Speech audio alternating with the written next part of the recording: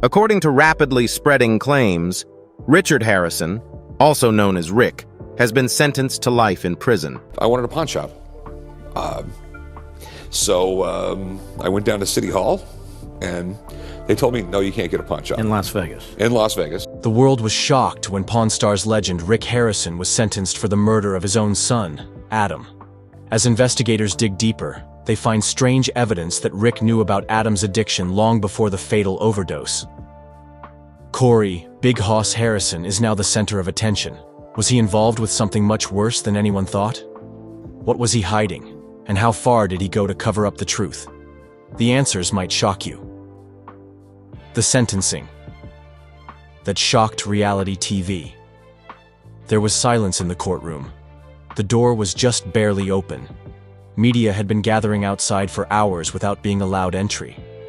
Someone in the gallery knew something wasn't right and whispered to others. Officers showed up to maintain order, expecting the normal commotion of a high-profile case. Inside, they found something very strange.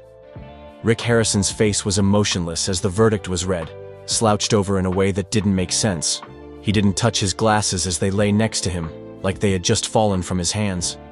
Corey Harrison's reaction was measured in the back of the courtroom. There were legal pads all over the defense table. The judge's water had sat untouched, leaving behind condensation rings. There was no outburst, no dramatic scene. There was no sign of a fight against the ruling. 2 gold and silver pawn shop employees were sitting in the gallery while Chumley was absent. There was a problem. The evidence presented was not what the public expected. The prosecution had built a case around calculated negligence. The breakdown was methodical. It was already time to start explaining motives. The jury found that Rick had deliberately withheld help from Adam during his final days. The courtroom air was stale and had not been stirred in hours. Arguments that were long concluded were sitting in everyone's memory. It felt like time had stopped. The judge had one scary question left to ask. How did a famous reality star, who had built his reputation on straight dealing, end up convicted of his own son's death? The answer came from a strange place. Adam Harrison's phone had saved the last messages it received. The info was checked by investigators. That made everything different. Rick might have known about Adam's condition on January 15, 2024. If that's the case, he had ignored his son's pleas for help for at least 2 days. There were no calls to emergency services, nothing to indicate intervention, no one coming to Adam's aid. Still, something didn't make sense. Why was Corey not more involved if he knew his brother was struggling? Why didn't he call for help if he was aware of the situation? More and more questions came up. There was a small gap in the timeline. Had someone been with Adam before he died? Had someone meant for evidence to disappear? The toxicology reports showed up. There was a lethal mixture of fentanyl and methamphetamine. Not just a recreational dose. Not a first-time user amount. There was more to find out about it. Then, something new was found that made the case different. The records showed that Rick Harrison's phone had received desperate messages from Adam. Someone had been ignoring Adam's cries for help for days before he died. There were deleted messages recovered by digital forensics. Strange calls were found in the phone records. Security footage showed some strange patterns. Before Adam's body was discovered, someone knew what had happened. It was a surprise that the digital trail went straight to his father. The investigation changed its target. The evidence didn't back up what Rick said. He said he had no idea Adam was struggling so severely. The phone records showed otherwise. There were problems with the timeline of events. The investigators looked deeper. They found out something even stranger. There was more to this than just Adam's death. It had to do with money. Insurance policies on Adam's life had been taken out months before he died. Before it was even proven that he had overdosed, someone had already contacted the insurance company. There was strong proof.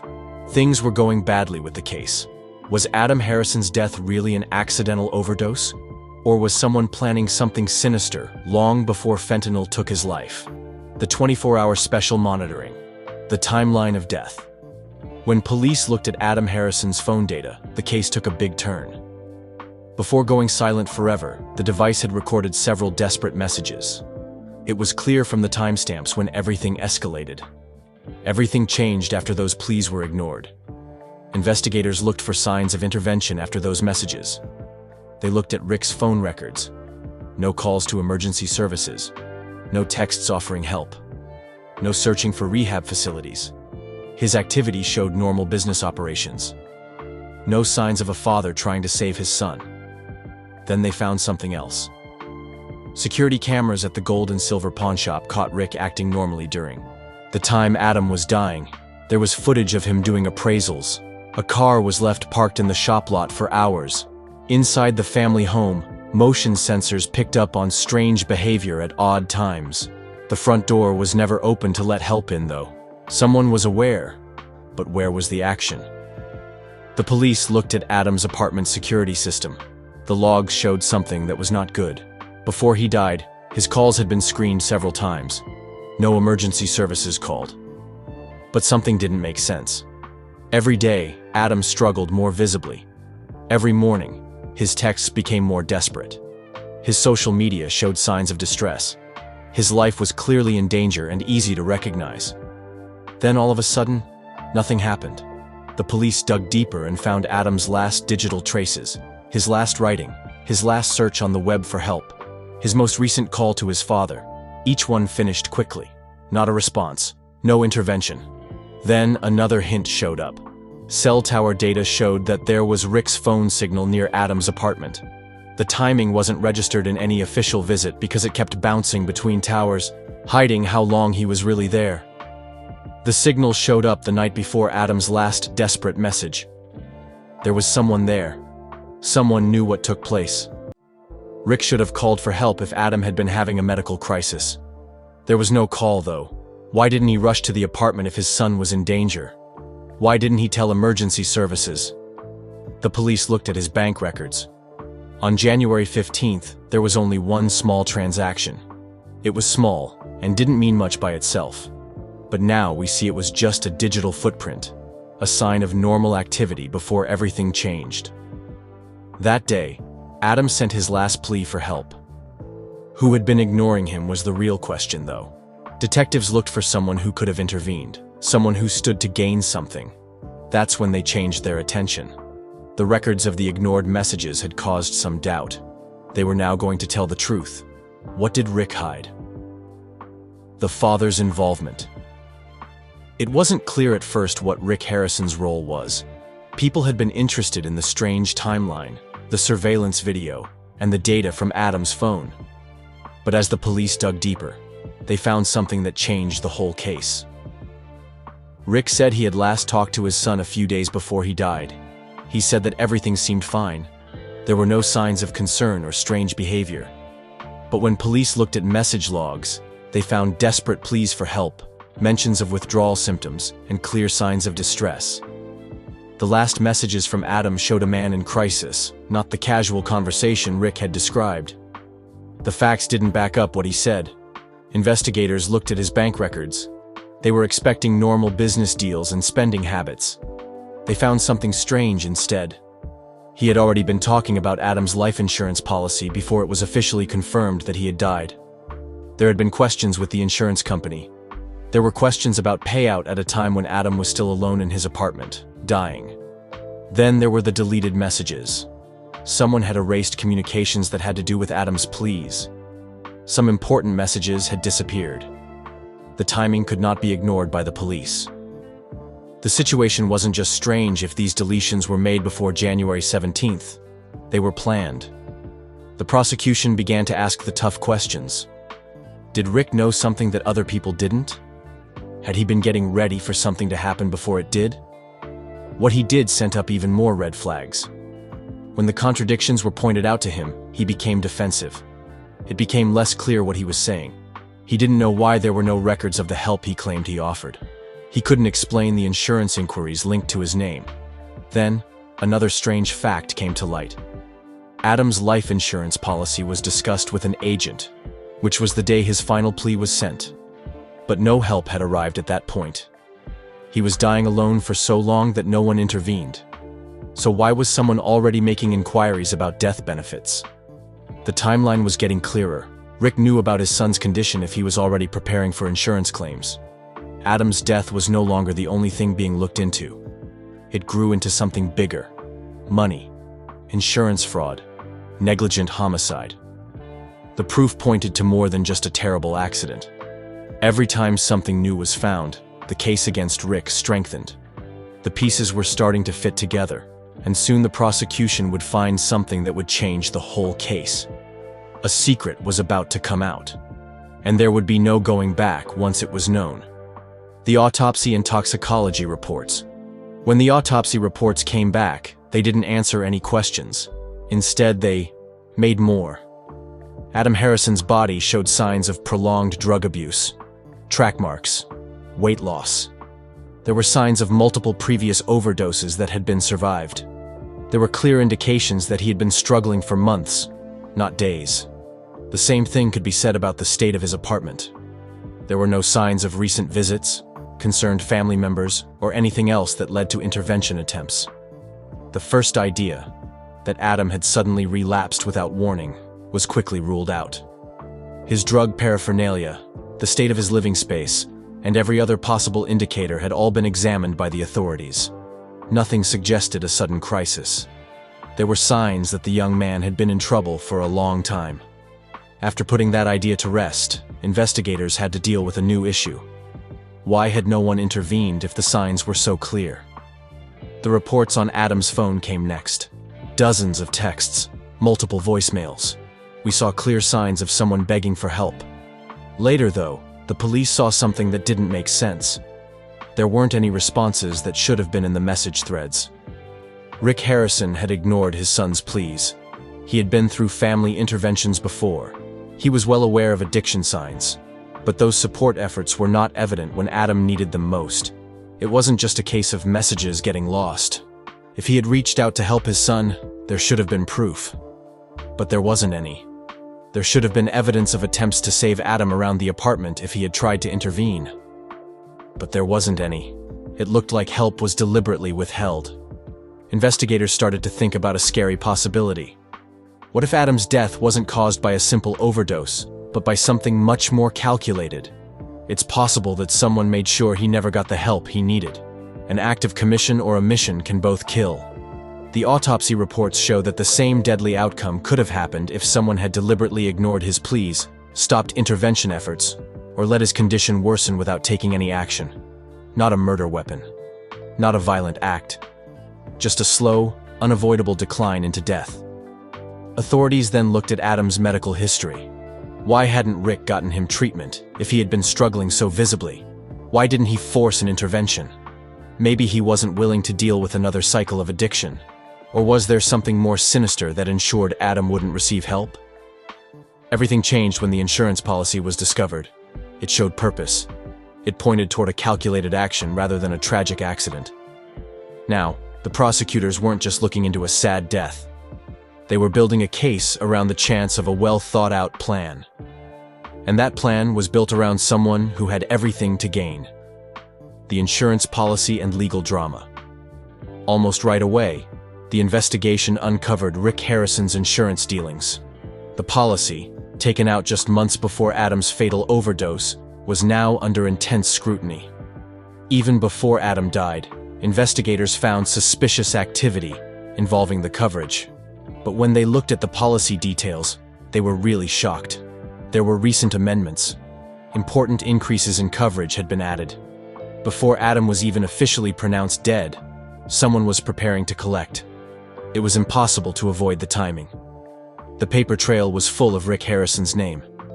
He had been inquiring about the policy terms for a long time before his son's body was found. His lawyers admitted that he had made changes to insurance documents, but there was a catch. They were standard updates. However, papers and transactions showed that someone had been preparing for a death payout for a while now. It was pieced together by the prosecution. The policy had been reviewed, amended, and submitted for processing while Adam was still in crisis. It was clear that Rick was involved.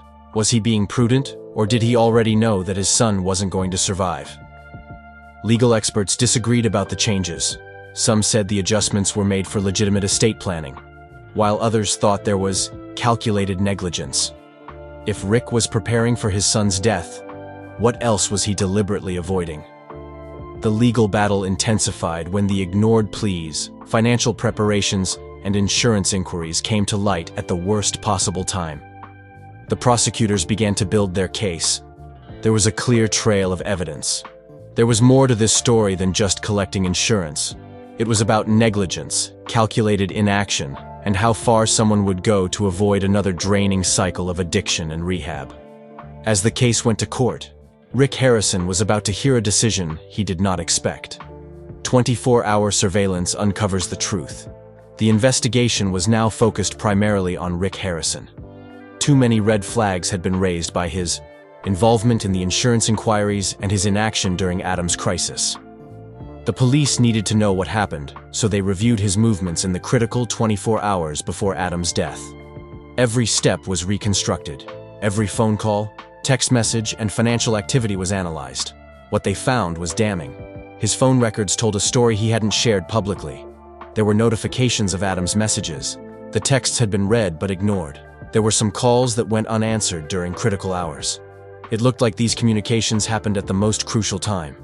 There were missed opportunities to intervene before Adam Harrison was beyond saving. Private emails were read by investigators.